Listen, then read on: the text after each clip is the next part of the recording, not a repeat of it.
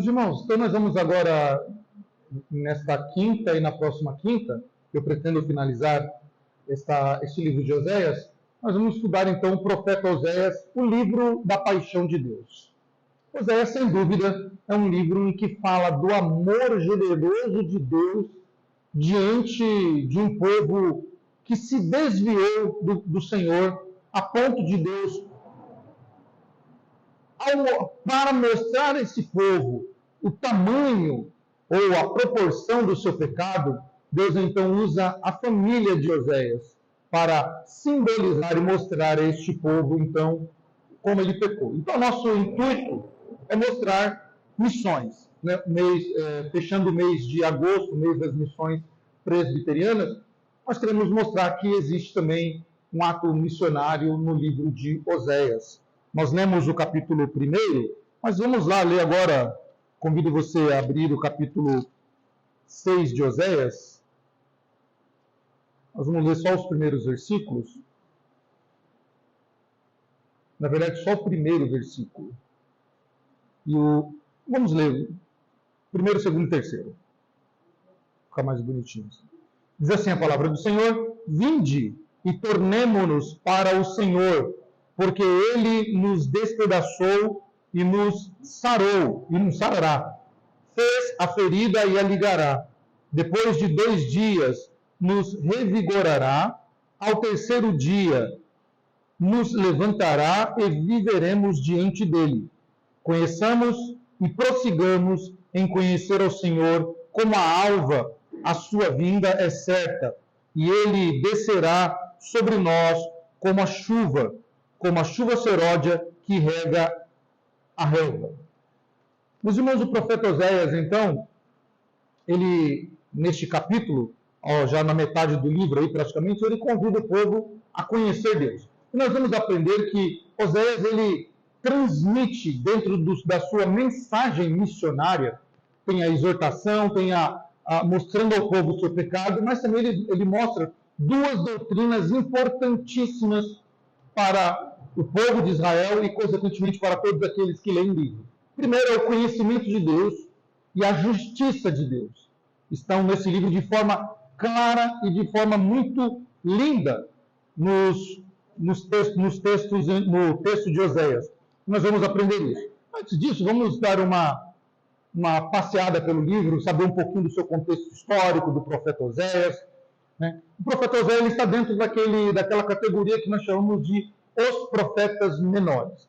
Claro, você não imagina, e como não é uma pregação, participe. Se você tiver dúvida, pode me interromper, perguntar, já que é um estudo para a gente crescer junto no conhecimento. Claro que nós estamos falando porque ele era pequenininho, né? E nem porque ele profetizou por pouco tempo. Ou pouco, melhor dizendo. Mas ele está dentro de uma categoria onde os judeus chamam de os 12. Na Bíblia hebraica, lá está os 12. Na versão que nós temos, ela é chamada de profetas menores, porque pelo tempo que eles profetizaram. Tá? Somente por isso. Quem são esses profetas menores, então? Da qual Oséias abre, né, a fila aí. São chamados de livros, são livros que eram considerados um único livro só. Então, se você um dia pegar uma Bíblia hebraica, você vai ver que ele está constituído em um livro só. Né? O livro dos profetas. Né? Esse livro é um livro único só. Agostinho, né, o Agostinho de Hipona, o Santo Agostinho, ele cunhou a expressão profetas menores por causa da pouca extensão dos seus escritos. Embora sejam textos curtos, aproximadamente 1050 versículos, o conteúdo é muito profundo, coerente e relevante. Então, segundo aí os comentaristas, Agostinho é quem traz esta expressão, ou cunha essa expressão profetas menores, por causa da extensão, né? pelo pouco tempo que eles profetizaram. Mas nós vemos que esses livros, nós já vimos isso em Jonas, veremos em outros profetas, que eles têm uma mensagem importante, relevante e uma mensagem muito coerente com o seu tempo. Oséias 2,16 diz: naquele dia diz o Senhor, ele me chamará meu marido e não me chamará mais meu Baal. Para mostrar como a mensagem de Oséias ela é coerente, ela é relevante, porque qual é o objetivo da mensagem? Atingir aquele povo que está adorando a Baal, aquele povo que se desviou do Senhor. Por isso o Senhor diz: não sou mais povo de vocês, e vocês não são mais, eu não sou mais o Deus de vocês, e vocês não são mais meu povo. Ao contrário, né? Então, para mostrar como Deus está indignado diante do pecado. Então, mas Deus vai restaurar esse povo e vai dizer para eles: um dia, um dia vocês voltarão ao Senhor, como nós lemos. O Senhor vai religar vocês de novo. O Senhor vai restaurar vocês de novo. Oséias é o primeiro profeta menor a aparecer em nossa Bíblia. Mas isso não quer dizer que ele seja o primeiro que surgiu. Aí você precisa estudar um pouquinho da cronologia bíblica. Nós falamos isso lá em Jonas, você deve estar lembrado.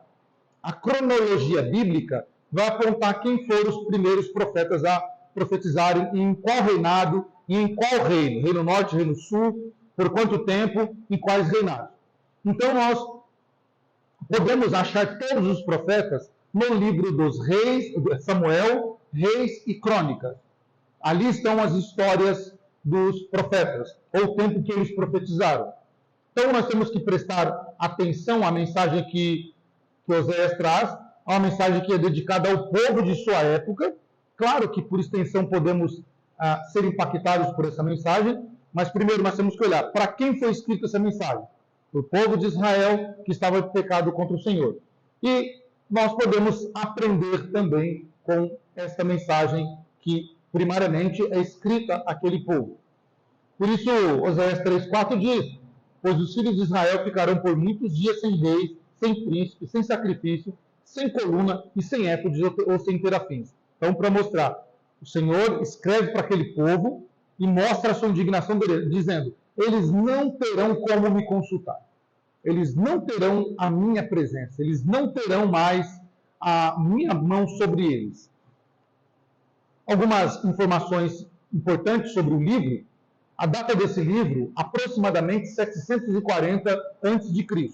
Nós calculamos essa data, ou aproximadamente, também usando como referência os reis.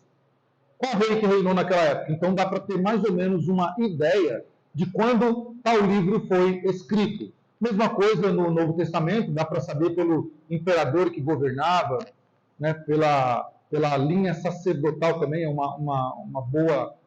dá para se calcular algumas datas, tá? Mas o livro dos profetas, nós usamos como base os reinados.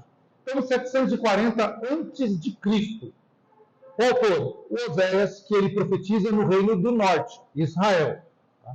Não no reino do sul. Qual o alvo? Mostrar o pecado do povo de Israel. Então, Deus convoca Oséias para ser um missionário que vai levar uma mensagem. E não é uma mensagem agradável, não é uma mensagem boa aos olhos do povo, não é algo Deus vai te abençoar, receba, como muitos fazem hoje por aí. A mensagem é: vá e diga àquele povo que eles pecaram contra mim e eu estou indignado contra o pecado deles. Será que a gente poderia entrar em muitos celeiros do evangelicalismo brasileiro e dizer isso? Olha, Deus me mandou aqui para exortar, porque vocês pecaram contra Deus. Possivelmente nós seríamos expulsos e o profeta que assim o faz, ou o missionário que assim o faz, não é agradável àquele público e não agrada a liderança daquele rebanho. Então, para vocês verem, para nós podermos aprender como Deus envia os seus missionários. O versículo-chave é o versículo 3.1, né? Se coloca o versículo 3.1, que está escrito: disse o Senhor, vai outra vez, ama uma mulher ainda de seu amigo e adúltera. Né? Isso aqui a gente até lembra uma reportagem do Fantástico, não sei se vocês lembram, que um líder, né, de uma igreja pequena, ele não respeitou a vírgula aqui, ele leu de forma errada. Disse o Senhor, vai mais uma vez, ama a mulher do seu amigo e adultera com ela. Ele leu dessa maneira, o repórter teve que mostrar para ele que faltava uma vírgula ali, não é? Disse o Senhor, vai outra vez, ama uma mulher amada de seu amigo e adúltera, como o Senhor ama os filhos de Israel, embora eles olhem para outros deuses e amem bolos de passas. Então o Senhor está mostrando para eles uma alegoria aqui de como eles estão fazendo. Então, para mostrar o quê? Assim como existe uma mulher que é adúltera, que ela não respeita o seu marido, ela não honra os votos maritais, também o povo de Israel não está honrando a aliança, o casamento com Deus. Está adulterando contra o Senhor. A palavra-chave desse livro, sem dúvida, é perdão. Deus perdoa este povo adúltero.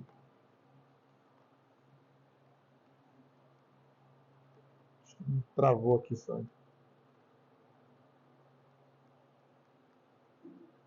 Olha, travou aqui para mim. Então, nós vamos encontrar dentro da mensagem de Oséias pecado, amor de Deus, perdão para este povo. Opa, deixa eu ver. Agora foi. Então, o livro de Oséias, deu uma desconfigurada ali no computador. Vou estar lendo aqui, está bem pequeno. Não dá para ler. O livro de Oséias serve, então, de introdução aos profetas menores, todos escritos num só rolo, como nós falamos. Como tal, apresenta a questão central dos profetas menores. Se o Senhor ainda amava Israel e tinha um propósito para o povo, além de seu julgamento por causa do seu pecado. Então,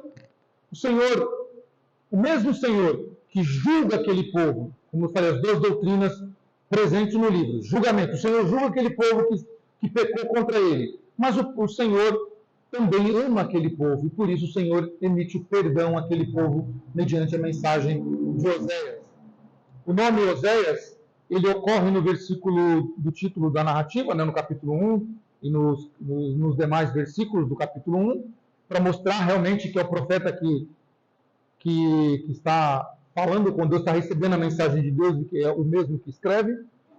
Mesmo assim, pouco sabemos sobre ele. Não há, em alguns personagens, como nós vimos com Jonas, em alguns personagens não há informações sobre quem era, quem foi, quem são a sua família, ou quem era a sua família. Alguns dados que nós gostaríamos de saber, porque a intenção de Deus era a mensagem e não o mensageiro. Isso ocorre muitas vezes na Bíblia. E muitas vezes eu percebo que muitos teólogos ou muitos estudiosos preferem gastar muito tempo com o mensageiro do que propriamente com a mensagem. Quem é o mensageiro? O instrumento de Deus. O que deve ser analisado? A mensagem, e não o mensageiro. Nós aprendemos isso aqui com a carta de Gálatas, quando Paulo ele está mostrando a sua pequenez diante do Evangelho, diante daquilo que ele está transmitindo. O que deve ser louvado para Paulo? O Evangelho, o ouvir da fé, e não Paulo, não Pedro, não Cefas, nem Apolo, nem outro, mas propriamente Paulo. Ele vai repetir isso lá em Coríntios depois de novo. Então, Oséias, ele não tem muita informação sobre ele, porque algumas coisas que são faladas sobre ele está muito ligada à mensagem, nós vamos ver isso, principalmente quando Deus quer ilustrar, trazer uma ilustração para o povo de Israel, então Deus usa a sua família, usa o seu ato conjugal para mostrar àquele povo o pecado. Sabemos que, logo na introdução do livro, que o nome do pai dele era Beri, e ele era habitante de Israel, está logo no versículo 1. E que ele profetizou nos dias de Uzias, Jotão, Acaz e Ezequias, reis de Judá, né? E nos dias de Jeroboão, filho de Joás, no reino do norte, no reino de Israel. Então são informações que nós temos sobre Oséias. Oséias é chamado para o ministério profético aproximadamente 10 anos após Amós, o profeta Amós, ter profetizado para o reino de Israel. Então nós vemos ali, primeiro, Jonas, né? Jonas de 785 a 760. Então nós vamos ver que o livro, no Antigo Testamento, a contagem é ao contrário, ela não é do 1 ao 10, mas ela é do 10 ao 1, é decrescente. Então nós vamos ver que o Amós, o Jonas, ele profetiza no ano 785 até o 760, Amós 760 e logo em seguida o Oséias 755 a 725. Oséias inicia seu ministério então já no finalzinho aí do profeta dos reinados, melhor dizendo, de Jeroboão II e de Uzias no sul. Essas datas que são sugeridas para o final do reinado de Jeroboão, elas dão uma variação, como eu disse para os irmãos, datas nem sempre são precisas, há uma variação, provavelmente ali 753 a 746 a.C. O ministério profético de Oséias termina no início do reinado de Ezequias, no Reino do Sul, 715 a.C., Oséias profetiza durante 35 anos aproximadamente. Por que essas informações são importantes? Porque então você vai saber em que período Oséias está profetizando. Então nós podemos voltar lá para o livro dos Reis e Crônicas e podemos então achar ali o período em que Oséias está profetizando, devido à citação desses reis, ou em que período esses reis profetizaram, ou esses reis reinaram. Então nós vemos que no Reino do Norte, que era o Israel, já expliquei, mas só vou relembrar, o reino de Israel ele é unido até Salomão. Quando Roboão, filho de Salomão, assume o reinado, ouvindo os conselhos dos seus amigos mais jovens e desprezando o conselho dos anciãos, Roboão, então, ele dá a mensagem de abertura do seu reinado bem dura para o povo, dizendo que o dedo mindinho dele seria mais grosso do que o maior dedo da mão do pai dele. Ou seja, que ele seria mais rígido com o povo. E então, há uma ruptura em Israel, ficando 10 tribos de um lado e 2 tribos do outro. Judá e Benjamim se distanciam do reino das demais tribos. Então, nós temos aí 2 reinados. Tá? Sempre vai ter 2 reinados. Então, logo em seguida, se elege um outro rei para o Reino do Sul e Roboão fica sozinho aqui com as 10 tribos reinando. Então, nós temos no Reino do Norte os profetas que estão ali profetizando. Jonas, Amós, o Oséias, isso antes do cativeiro, né? Depois do cativeiro, Ageu, ou pós-cativeiro, melhor dizendo, Ageu, Zacarias e Malaquias. São esses os profetas que profetizam no Reino do Norte. Quando ouvir Israel, você já associa Reino do Norte. Tá? Vai ter separação, Israel e Judá. Tá? Quando falar Judá, você lembra Benjamim e Judá. No Reino do Sul, que é o Reino de Judá, Joel, Naum, Miqueias, Abacuque, Sofonias e Obadias. Então você já tem aí mais ou menos uma ideia das mensagens. Então, vocês vão ver que, se você não souber dessa informação, o que vai acontecer? Quando você for ler um desses profetas, e você for lá para o livro do Crônicas e ler, por exemplo, a história do Reino do Sul, você não vai achar um profeta que profetizou no Reino do Norte. Você fala, mas por que esse profeta está falando aqui, sendo que não aconteceu isso no Sul? Ou você vai ler, por exemplo, Joel e vai falar, mas no Reino do Norte não tinha isso. Então você precisa saber, Reino do Sul, profeta do Sul. Reino do Norte, profeta do Norte. Os temas principais desse livro são, sem dúvida, o casamento de Oséias, que é um casamento simbólico, tá? Um casamento verdadeiro na narrativa sequencial, um casamento verdadeiro na narrativa paralela, 2 casamentos verdadeiros, está errado ali, verdadeiros. Então nós vemos também um outro tema, a prostituição espiritual, que é chamada de balaísmo, por causa de Baal. Tá?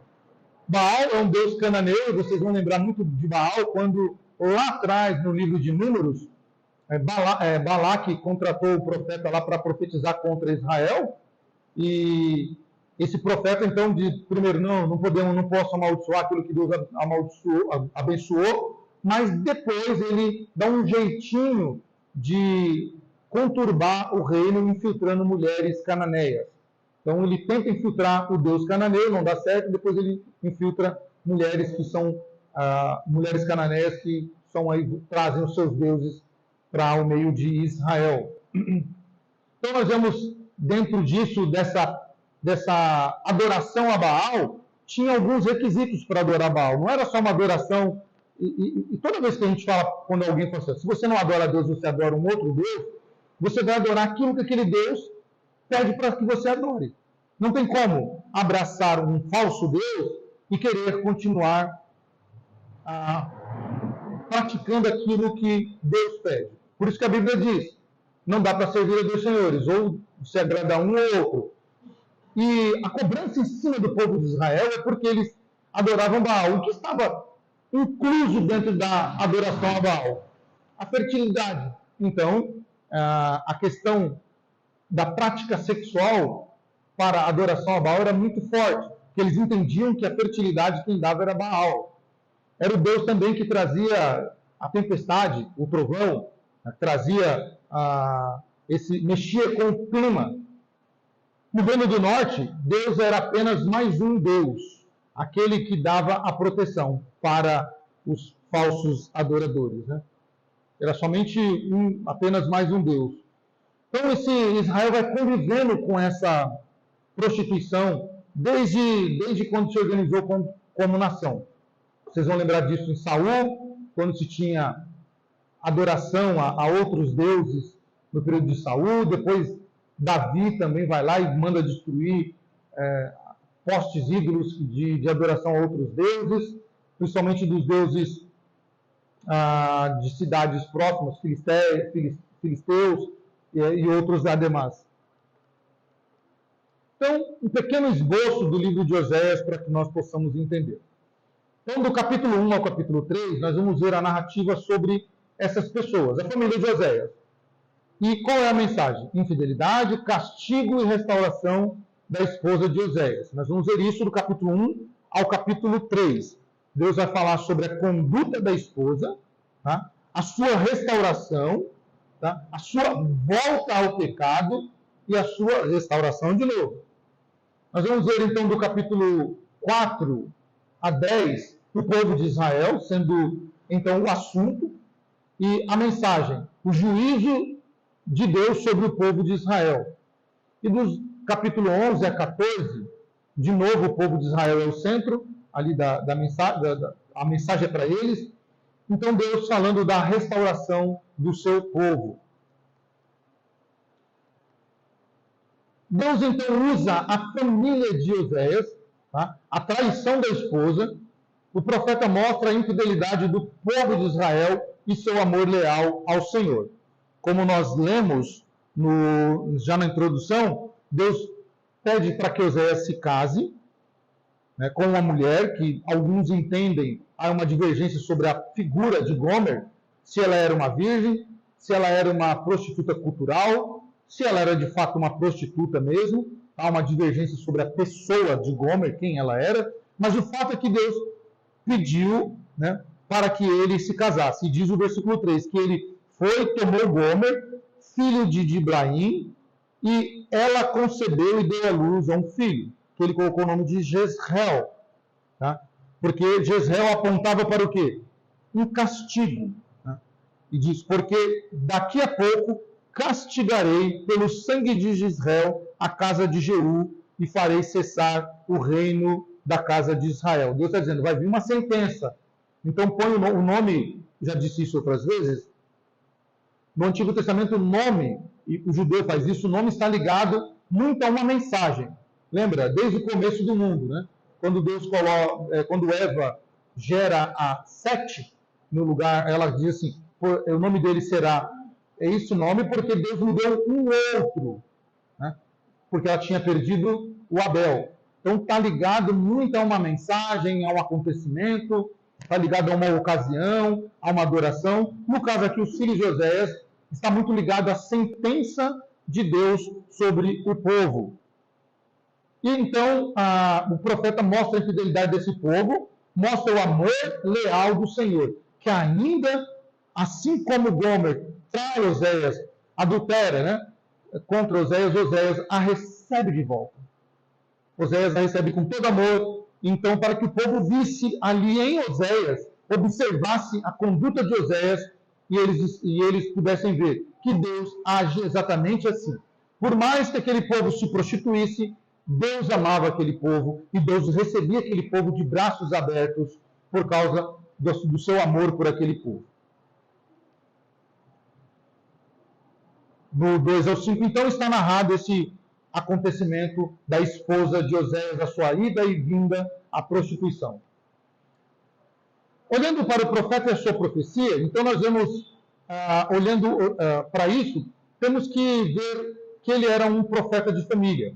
A mensagem de Oséias salta das páginas da Bíblia quando lemos o seu livro. Ele é um dos profetas mais envolvidos com sua mensagem. Isso não há como negar. Quando você olha Oséias, a mensagem que Oséias vai transmitir está muito ligada a ele.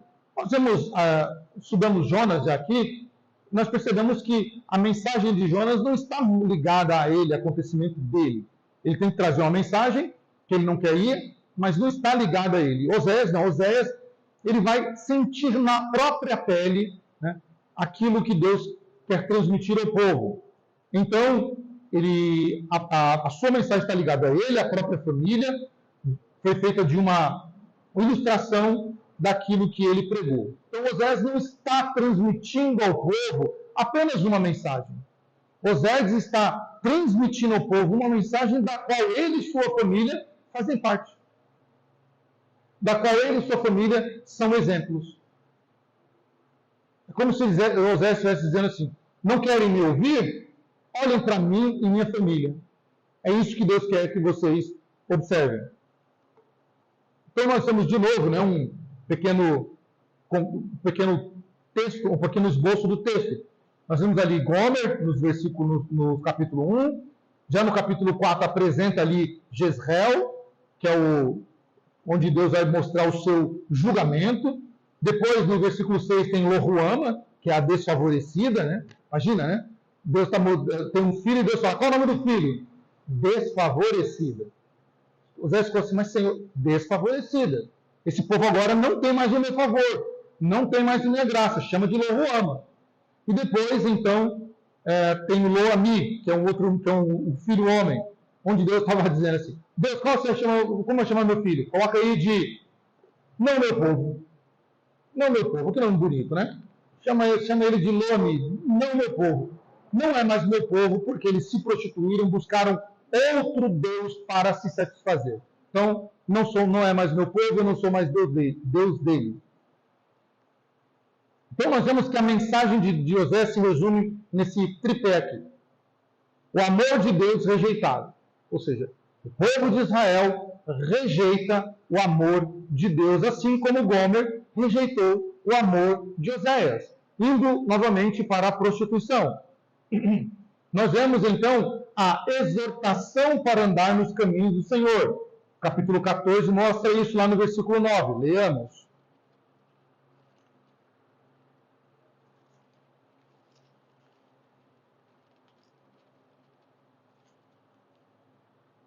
(14, 9), onde diz assim: quem é sábio, que entenda essas coisas. Quem é prudente, que as saiba. Porque os caminhos do Senhor são retos, e os justos andarão nele, mas os transgressores nele cairão. Então, nós vemos o povo sendo exortado a andar nos caminhos do Senhor. Em terceiro, como possibilidade de salvação, Oséias vê primeiramente a conversão, capítulo 5, capítulo 6 vai mostrar isso, que traz consigo o quê? A graça de Deus, a graça redentora, capítulos 10, 13 a 14.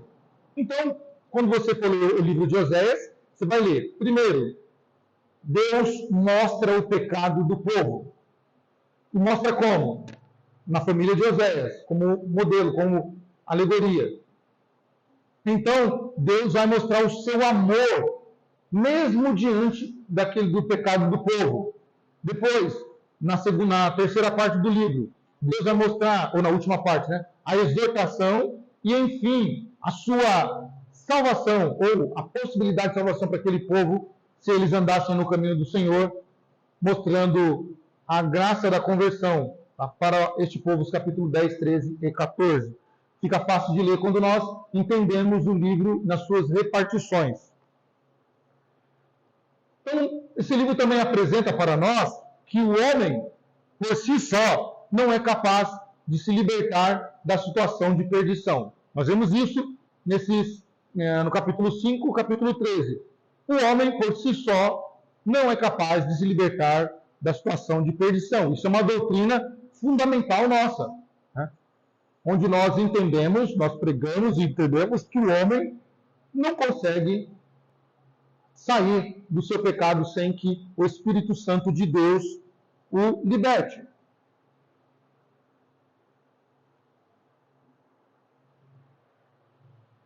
Esses capítulos de Oséias, então, vai muito contra aqueles que creem no livre-arbítrio, que acham que podem encontrar Jesus. Eu estava vendo alguém falando sobre isso, falando assim, não, eu não encontrei Jesus, ele não estava perdido, quem estava perdido era eu.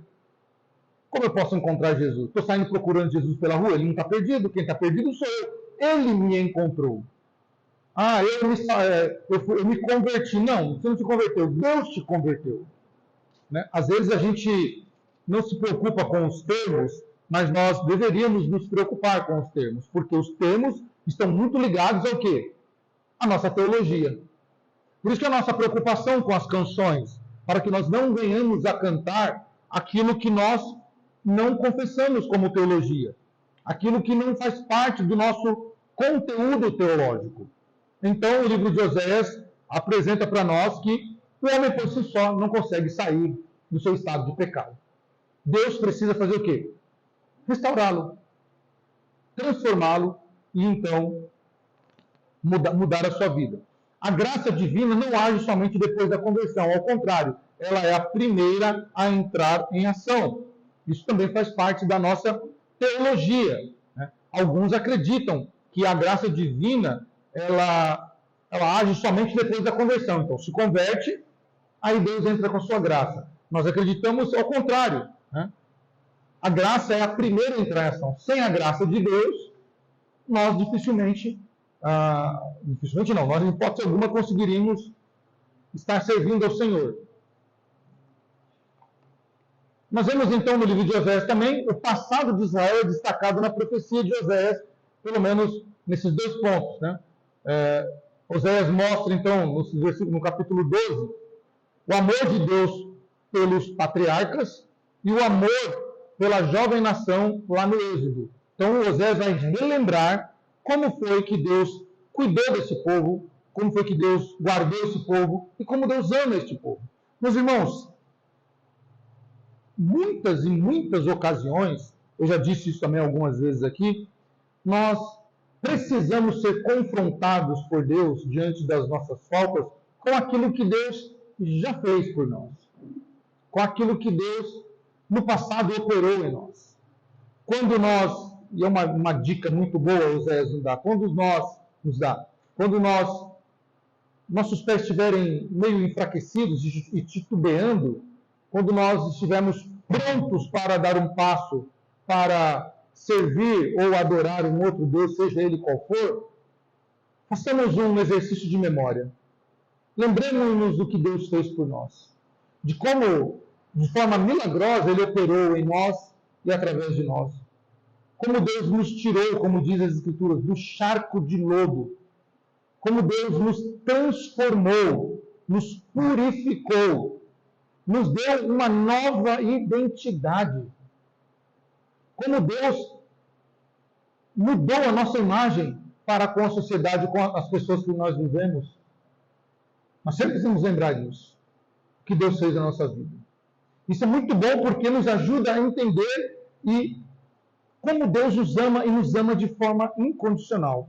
Eu estou lendo um livro, na verdade comecei hoje, e esse livro fala de um pastor, eu me vi muito nele, porque ele também vai para uma cidade pequena, uma igreja pequena, e que ele está feliz da vida, e Deus então pede para ele ir até a capital daquele país, falar do seu amor para 5 jovens de uma gangue em que eles mataram a sangue frio um jovem com um problema, com poliomielite.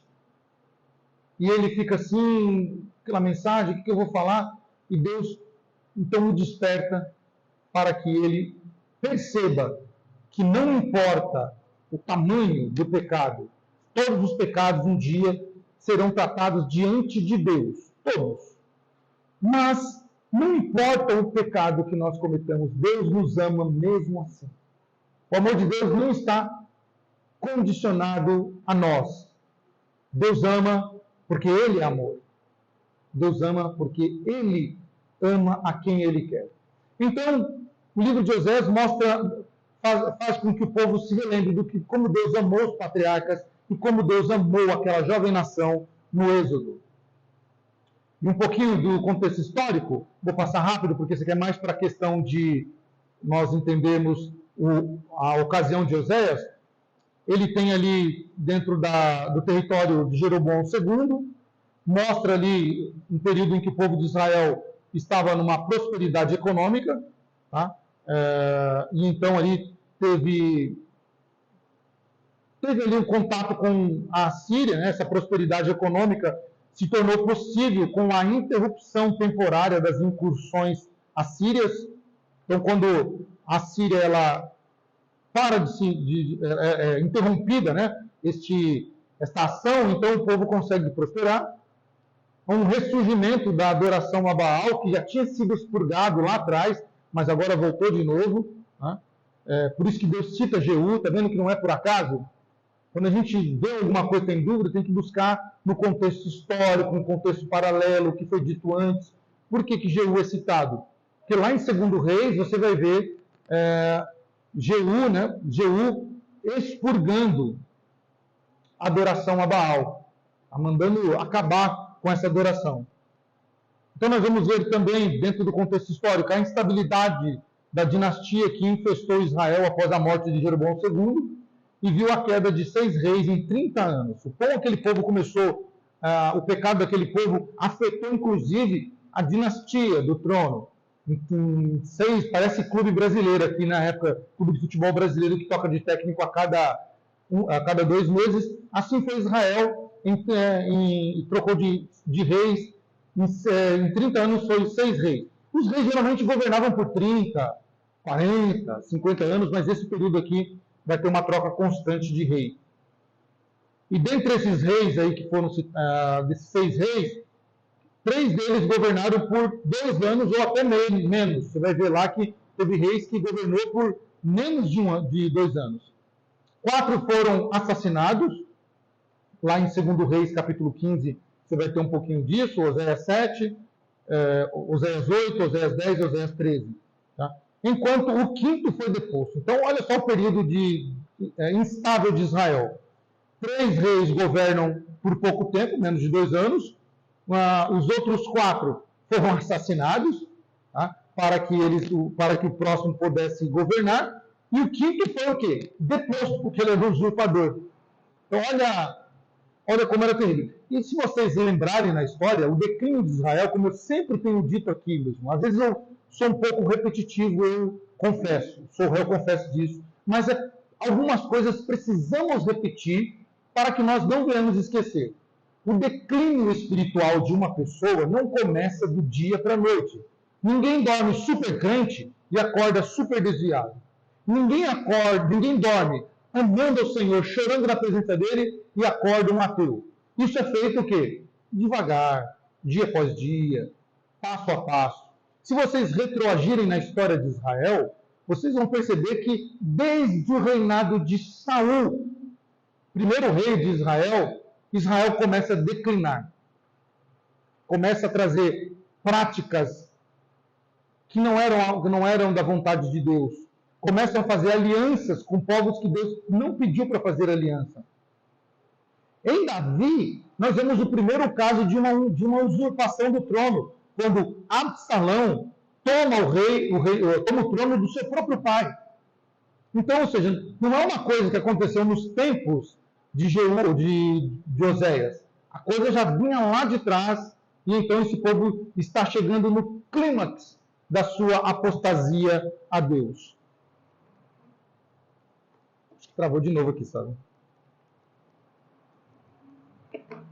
Então, como esse povo avança na sua idolatria, no seu afastamento, então Deus é preciso tomar as rédeas de novo para que esse povo perceba o quanto eles pecaram contra o Senhor. E Oséias, então, é enviado para mostrar se eles lembrar do que foi acontecido, e muito disso a gente só vai ficar sabendo no contexto histórico.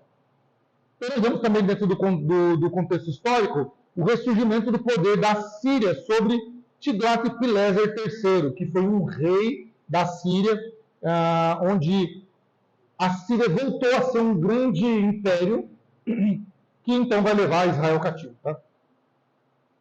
E isso vai estar na história, você pode depois ver isso com mais calma. Bom, para a gente entrar aqui na mensagem mesmo, o casamento de Oséias é de fundamental importância para estudarmos. Tá? De todo, o casamento de Oséias é importante.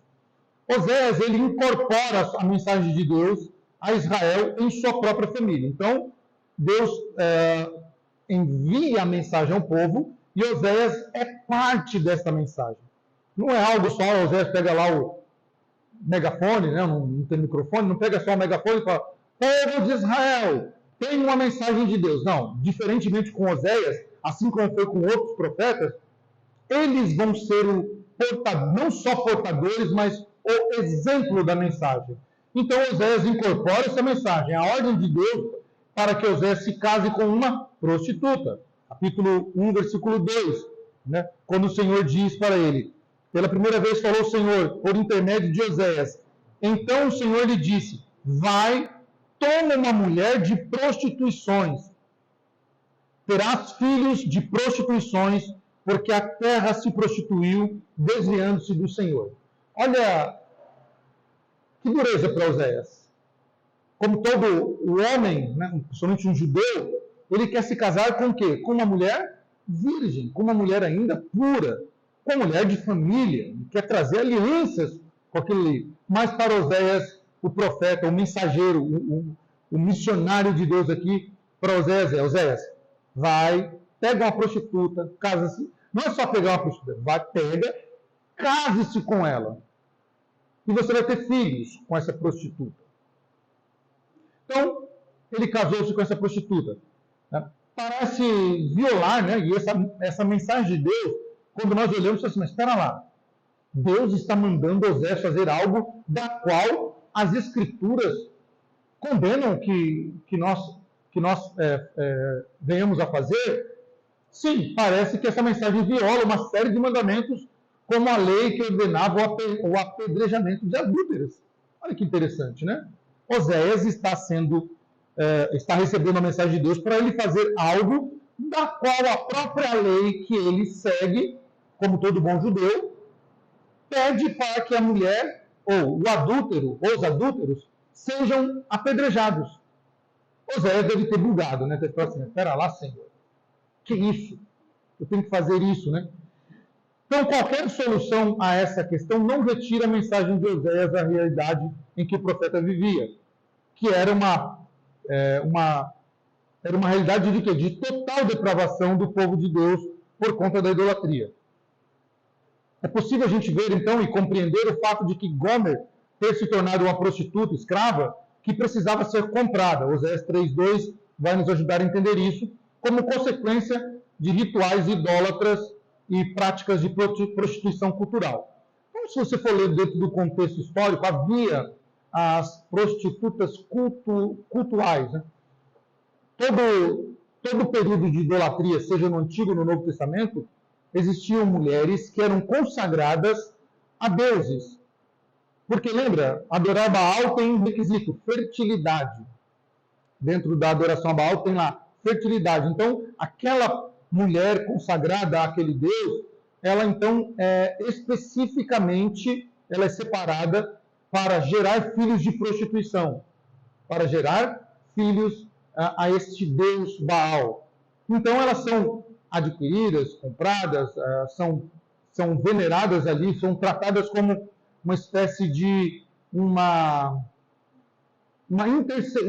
intercessora, mas uma representação, tá, da fertilidade de Baal ali presente. Então, para Oséias era uma situação difícil, mas o profeta não titubeia, não assim, diferentemente de Jonas, que foge, Oséias vai então ao cumprimento da mensagem. Nós vemos então em Oséias, dentro do seu casamento, esta mensagem por completo. E enquanto Oséias casava com essa mulher, e ela ia dando filhos, então, alguns entendem aqui, irmãos, há uma divergência sempre na teologia, para uma parte dos teólogos, ou dos estudiosos, melhor dizendo, eles entendem que os filhos são de Oséias. Oséias casa com a prostituta, e os filhos são de Oséias. Uma outra parte, tá, entende que Gomer casou-se com Oséias, voltou para a prostituição, teve então Jezreel, Oséias recebe ela e o filho da adúltera, tá? Trata, cuida de Gomer, cuida do seu filho. Quando Gomer se recupera, o que ela faz? Volta para a prostituição e tem a desfavorecida. Tá? Oséias recebe, cuida, recebe a filha. Quando Gomer se recupera, volta para a prostituição de novo. E ela tem quem? O Lo-mi, não meu povo. Oséias recebe, cuida, purifica, cuida do filho. Então, eles entendem que é assim a situação. Tá? O fato é que está simbolizado aqui a situação real do povo de Israel. Idolatria, abandono do amor de Deus, desprezo pela lei do Senhor e pela palavra do Senhor, estão relatados nesse exemplo aqui. Então, quando aquele povo via e ouvia Oséias falar isso, então eles estavam recebendo. Nós nos prostituímos com outros deuses, com Baal. Nós desprezamos o amor de Deus, que cuidou dos nossos patriarcas, que cuidou do nosso povo quando ainda esse povo era jovem e ainda inexperiente. E nós desprezamos a palavra do Senhor. Por isso Oséias convida: conheçamos e prossigamos em conhecer o Senhor. E Oséias transmite a este povo duas doutrinas que são essenciais, e nós podemos ver elas neste livro tão maravilhoso. Primeiro, o conhecimento de Deus. Segundo as profecias de Oséias, um dos cernes do problema de Israel com a idolatria está na negligência do conhecimento, não só na falta de conhecimento. Então vejam só, nós também já temos dito isso aqui. Precisamos, meus irmãos, conhecer Deus. Se nós não conhecermos a Deus, certamente nós sofreremos uma tendência a recusar tudo aquilo que Deus proporciona aos seus filhos. Um filho que não conhece o pai, não sabe o tamanho, a proporção, a profundidade do amor que aquele pai tem pelo filho. Um filho que não conhece a sua mãe, também não sabe, não pode mensurar, não pode verbalizar, não pode entender o amor daquela mãe, a profundidade, a extensão do amor daquela mãe. Por isso, Deus então mostra através de Oséias que aquele povo tinha o conhecimento, mas desprezou o conhecimento. Por isso a mensagem é: conheçamos, mas não só conheçamos, prossigamos em conhecer ao Senhor. Meus irmãos, é uma realidade para nós também nos dias de hoje. Nós precisamos conhecer mais a Deus. Nós precisamos conhecer mais quem é o nosso Deus, como é o amor dele por nós, o seu perdão. Sabe por quê? Conhecendo Deus, no dia em que você pisar na bola com Deus, no dia que você errar, você vai falar: eu errei, pequei contra o Senhor, mas eu sei que o meu Deus é amoroso, perdoador e misericordioso para perdoar-me diante do fato que eu fiz. E então nós corremos para o Senhor porque sabemos quem é o Senhor.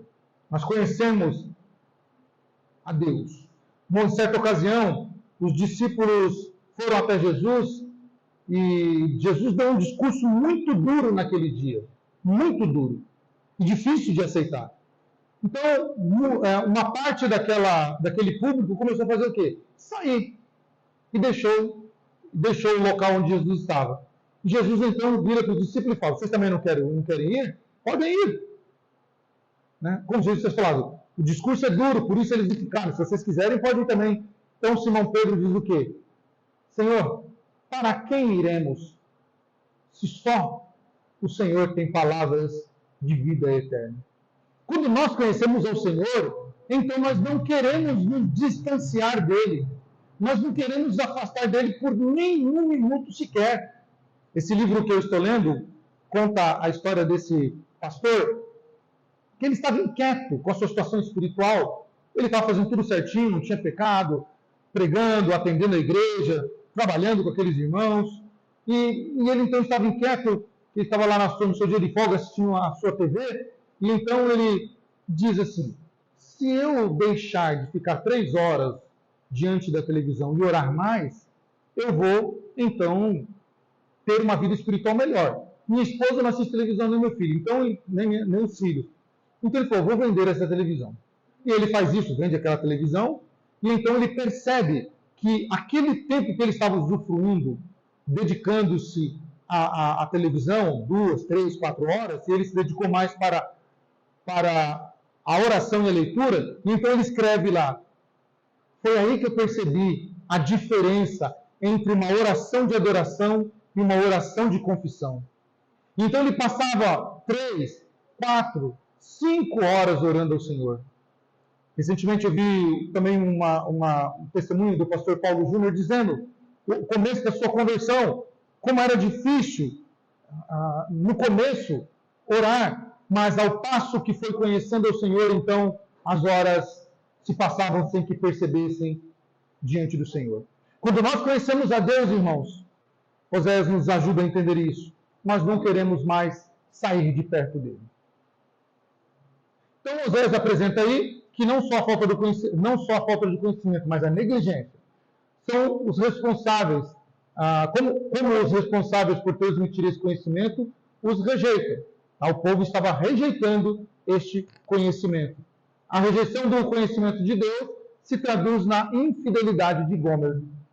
Oséias mostra isso a este povo. Olhem para Gomer, assim são vocês. Olhem para a negligência e a infidelidade dela, assim são vocês, negligenciando o conhecimento de Deus.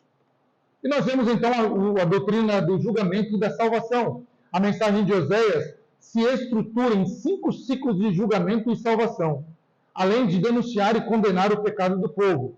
Oséias também aponta para um tempo de restauração após o julgamento.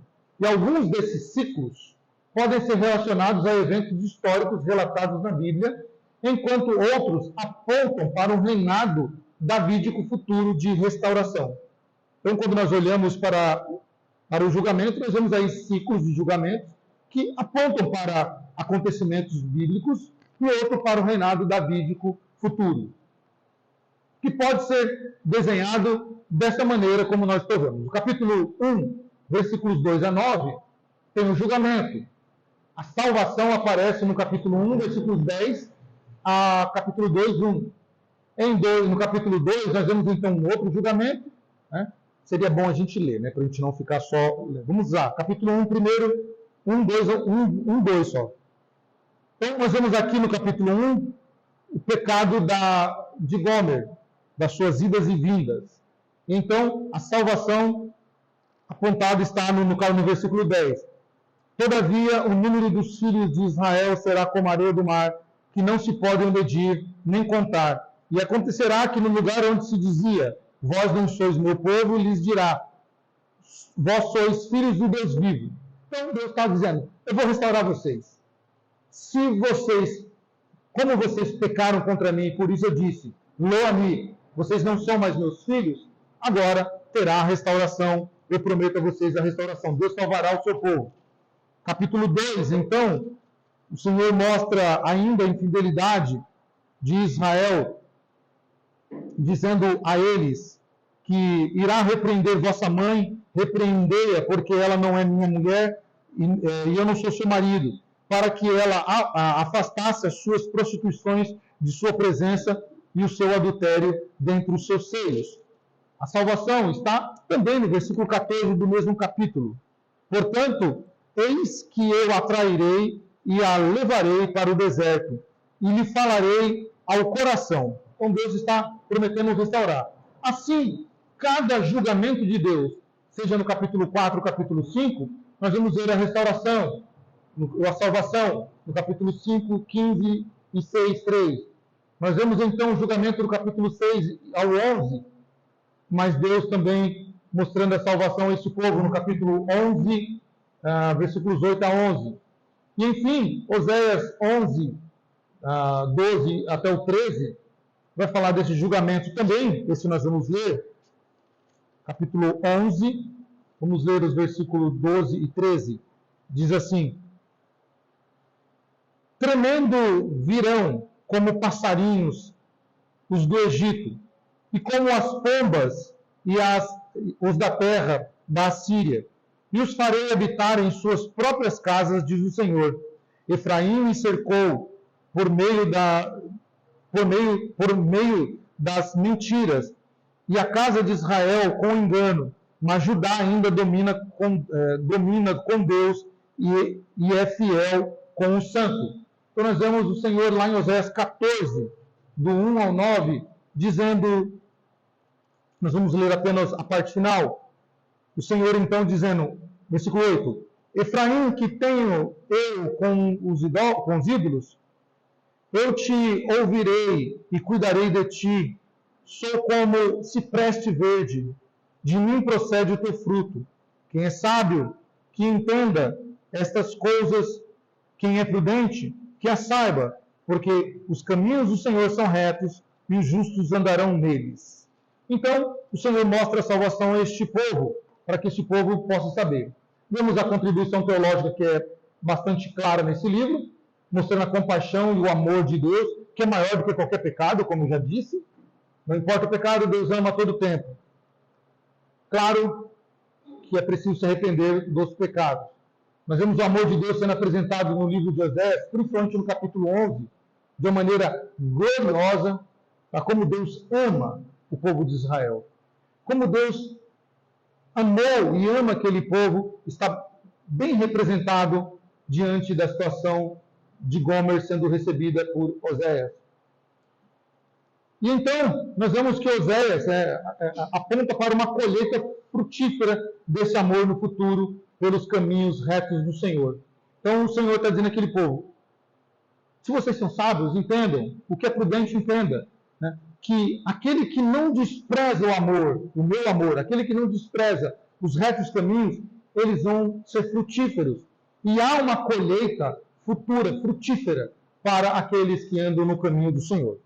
Na próxima semana, nós veremos, então, a mensagem de Oséias no Novo Testamento, como é que o Novo Testamento olha para o livro de Oséias, e nós vamos ver aplicações missiológicas dentro deste livro.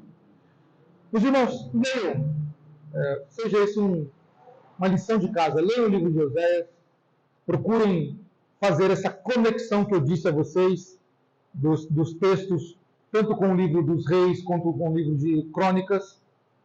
Procurem enxergar no livro de Oséias essas três coisas importantes. O pecado escancarado do povo, isso está claro. Procurem ver o amor de Deus, claro também diante disso, e a salvação de Deus diante da restauração que o Senhor está fazendo no seu povo. E que fique para nós gravado no nosso coração. O desprezo pelo conhecimento de Deus afasta-nos do Senhor. Quanto menos conhecemos sobre Deus, menos nós amaremos Deus. Quanto mais conhecemos a Deus, mais amamos o Senhor. Esta é uma mensagem de Oséias para os dias de hoje. Deus nos abençoe.